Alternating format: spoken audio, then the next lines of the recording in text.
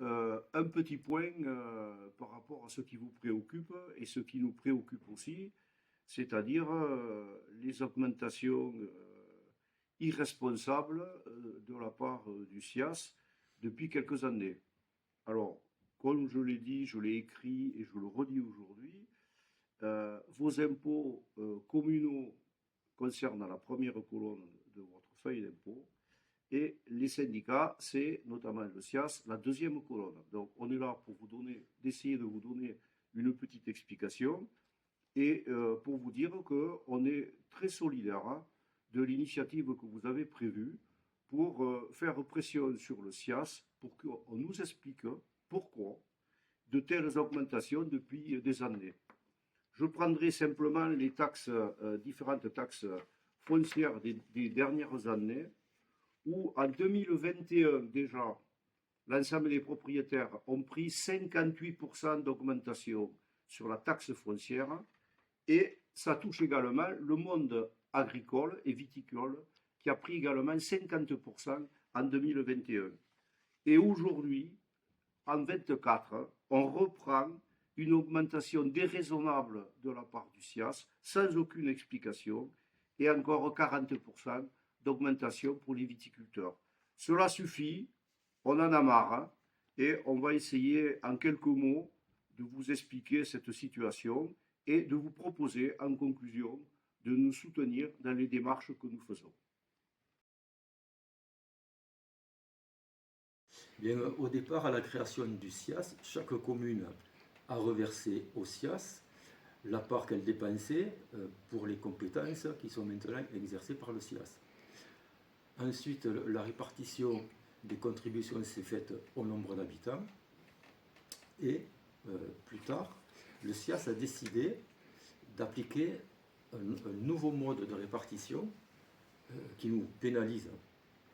Notre position va prendre l'exemple la commune de Saint-Marcel, dont il faut savoir qu'en 2023, un habitant de la commune de Saint-Marcel payait aux alentours de 200 € par habitant, alors que la commune de Salelles en payait 260 et quelques.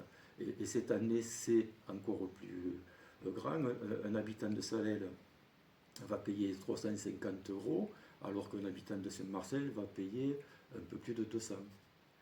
Comment expliquer cette disparité? Quelle justice ou quelle solidarité intercommunale peut expliquer ça?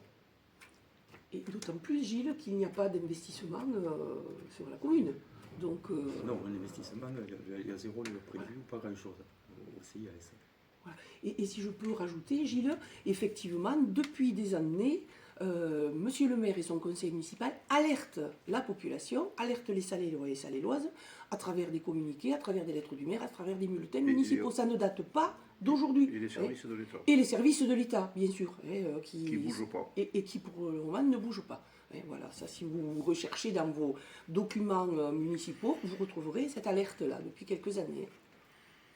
D'ailleurs, la dernière lettre du maire montre bien l'augmentation du SIAS sans aucune explication. Voilà. Et puis quand on prend 40%, 50% d'augmentation, il y aurait des investissements, comme le dit Dominique, sur Salelles, on comprendrait, mais là c'est du pillage, quoi. On fait du pillage pour payer le fonctionnement ou payer les investissements qui sont faits ailleurs sur le SIAS.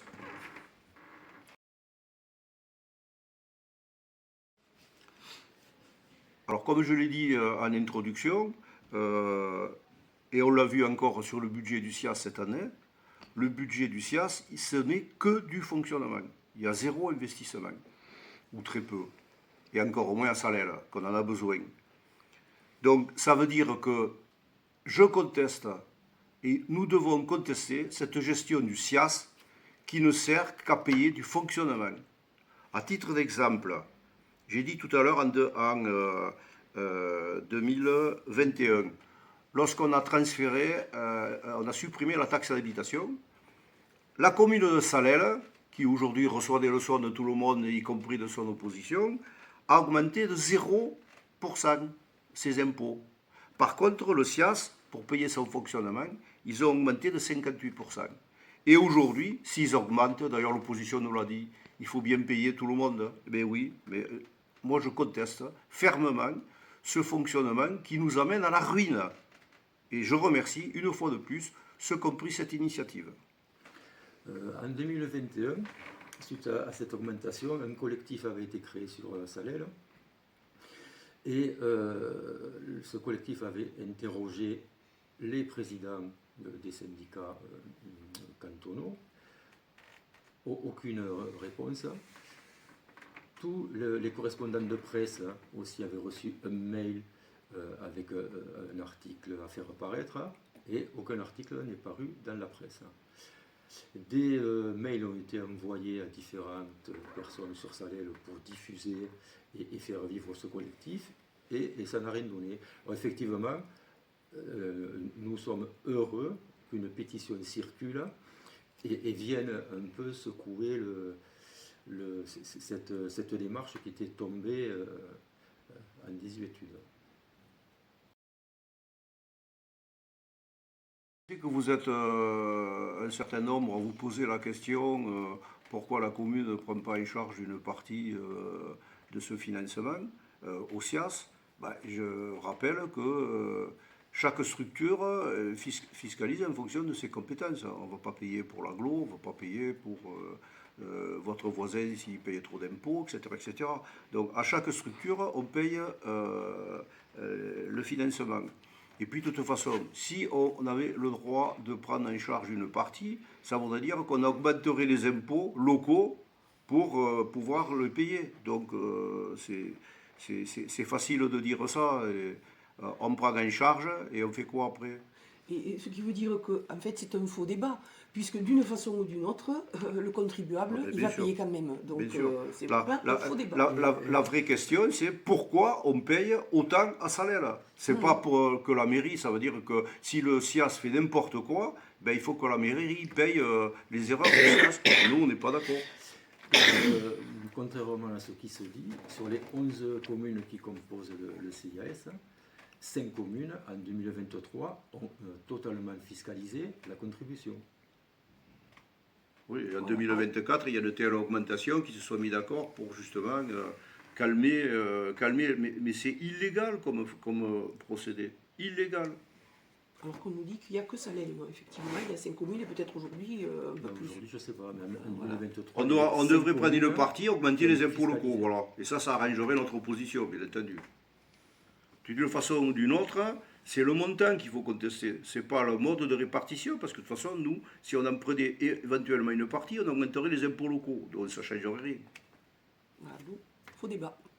Pour terminer ce passage, Madame Duras, qui nous donne des leçons en permanence, en délibération du 17 novembre 2011, a voté l'intégralité de la participation du SIAS fiscalisée à 100%. Alors, Madame Duras, s'il vous plaît. Une question se pose, beaucoup de Salélois se la posent, beaucoup de mes collègues et moi-même. Si on sortait du SIAS, donc du Centre intercommunal d'action sociale, est-ce qu'on pourrait effectivement, est-ce qu'on paierait moins et est-ce qu'on pourrait assumer les services, l'accueil de loisirs?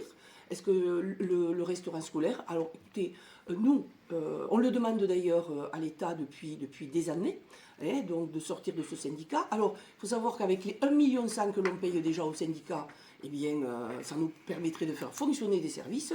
Et voilà, donc comme le font aussi d'autres communes. Je prends l'exemple de Moussan, je prends l'exemple de Marc-Aurignal, je prends l'exemple d'Ouvéan. Ils gèrent leur enfance, jeunesse et leur social.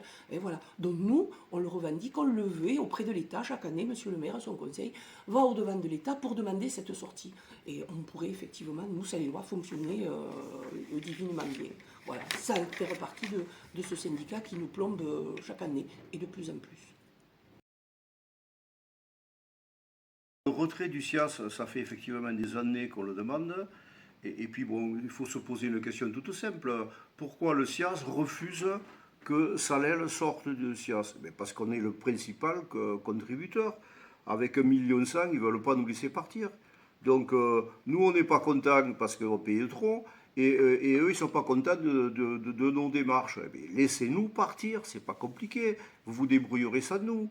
Donc, on a fait des démarches depuis des années, on va refaire encore des démarches, et pour appuyer notre demande, moi, j'ai proposé au dernier bureau du conseil municipal d'organiser une consultation citoyenne au mois de novembre pour demander officiellement à la population le retrait du SIAS et pour faire pression sur les services de l'État, puisqu'il y a une possibilité de sortir du SIAS dans la mesure où il y aurait une atteinte financière à sa commune et à sa population, et je pense que c'est le cas.